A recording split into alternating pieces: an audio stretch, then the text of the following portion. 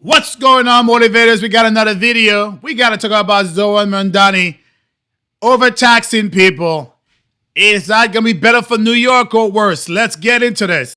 Acting on his first 100 days in office. Now, here's some of what Mayor Mamdani told Gayle King and Vladimir Duthiers, sitting right next to me, about his time in office on CBS Mornings.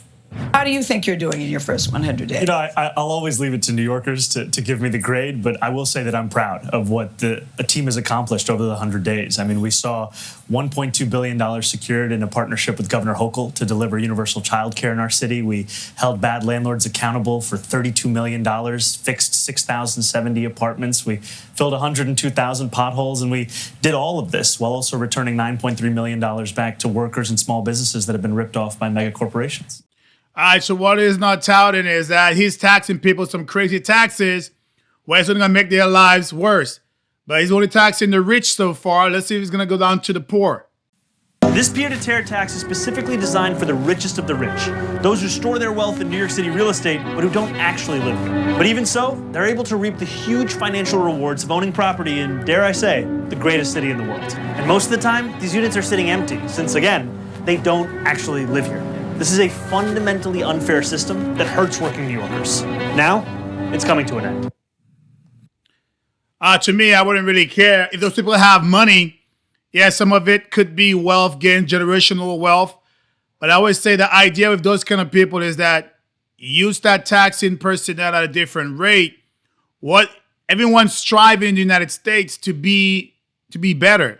So when your income actually change, guess what? You're no longer going to be that person. You have to get more taxes taken off of your income. So if you become a millionaire, if you have Bernie Sanders, who used to want to talk about tax the millionaires, right? When he became a millionaire, what did he start saying? Tax the billionaires, because no one wants taxes. I don't want taxes. Nobody wants taxes. But the idea of taking somebody else's money that they made good decisions, they investments, so on and so forth. I don't know. I think that's wrong.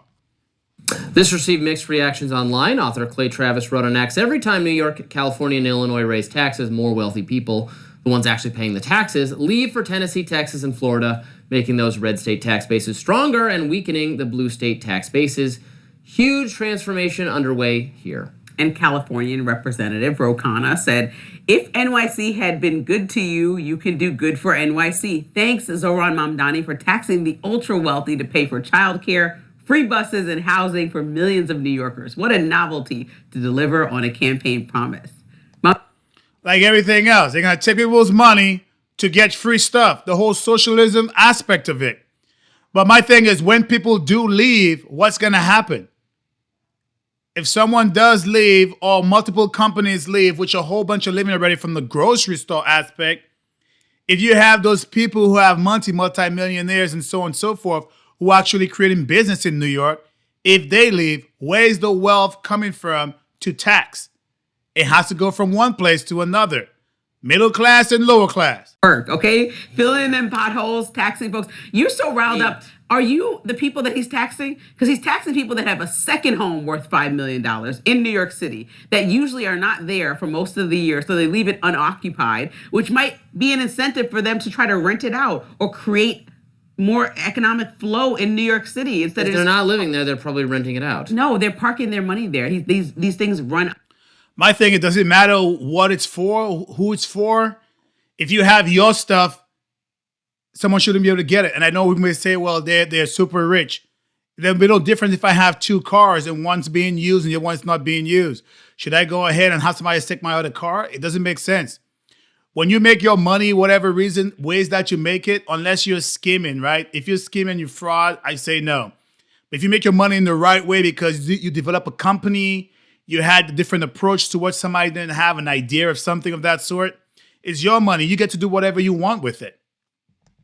Unoccupied for the most part. And he's like, instead of using NYC as a place to park your money and know that the real estate... It belongs to them. They own it. The real estate will keep rising, so you benefit from New York. Well, just pay your fair share of park your money taxes then, basically. Fair share. They're paying. This will cover so many things. Schools. Do you care about the police? You do. You don't want to defund them. This will fund them even more. This will fund services in the police department. This will fund parks. We're going to pay free child care, which I utterly oppose. This will fix those budget... And for those things, I don't mind we paying taxes for things like that. But when I hit it's for three stuff, I'm gonna take yours. I'm gonna overtax you so that I could pay for free stuff using a socialist mentality. I don't think that's right. Doesn't matter how much money somebody had. If you're taxing people a certain percentage, taxing the percentage. Because think about it this way: if you give me $100 and you have $100, and I decided to invest mine, and I made $1 million on mine, but you spent yours right away, is that my problem or is it your problem? So now I have to pay financially because you didn't invest properly.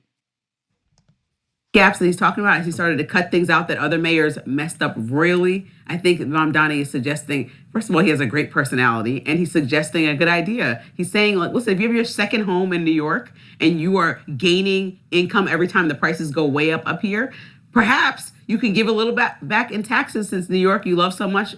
Love it. It wants you to love it back so that people can afford to live here that are not ultra wealthy and can't have the. Yeah, but the idea is not for people to live there. It's the idea for people to get free stuff.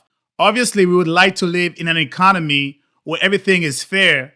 But if you're saying one person is working and the other one is not, and start giving them free stuff, like, how is that fair?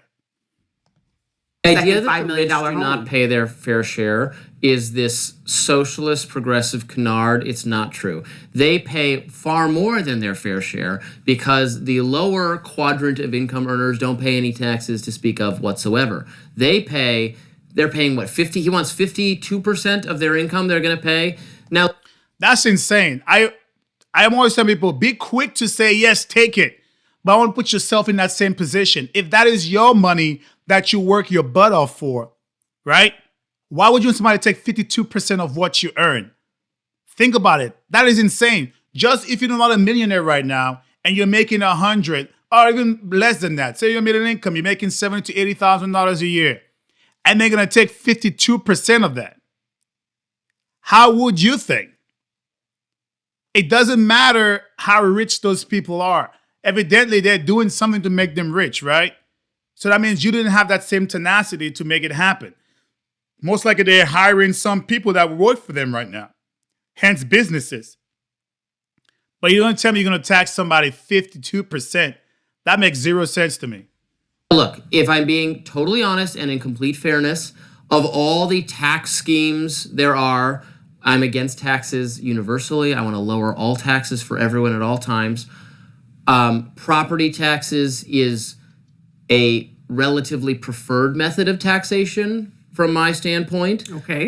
So the ranking tax schemes. Bad is income tax. Income tax I want reduced to nothing for everyone. We shouldn't tax people trying to earn money, trying to work productively to grow the economy, and you're punishing that. Anything you tax, you get less of. So if you tax income, people work less. It's just a fact. Stupid thing to tax. We don't want to punish people for being productive. Property tax is in the middle. I don't want property tax because I just don't want taxes at all. But there's a finite amount of property. Much of it is already owned. I think majority of us will stand in this position. No one wants to be taxed. I don't like tax. Nobody likes taxes. I think at the end of the day, it could something simple. No tax, but at least don't tax people to no end, just for socialism. But that surcharge will not apply if the owner lives there full-time or rents it out to a full-time tenant. But Hochul's proposal comes at a surprising time. The state budget is already 2 weeks late, and this proposal is still lacking details, including the rate for which these second homes will be taxed. Hochul denies that she is proposing this pied-à-terre tax as a way to appease Mayor Mamdani and his supporters who have been pushing the governor to raise taxes on millionaires and corporations. Hochul says she's focused on helping the city fill its budget gap, adding that this proposed tax is expected to generate around $500 million. But I have this question too. What if those people now what if they sell that second property that they have? Or they so-called rent it? Where's that money now going to come from? Because the money's supposed to be like they're on the second portion, right? They have a second home if they're not renting it up or they're not staying in there. So what if they were not staying in there or they start renting it? Where will the money come from? The idea is you're still stealing money from someone else to get your own gain or to fund your own little project. Dollars annually. I feel no need to appease anyone.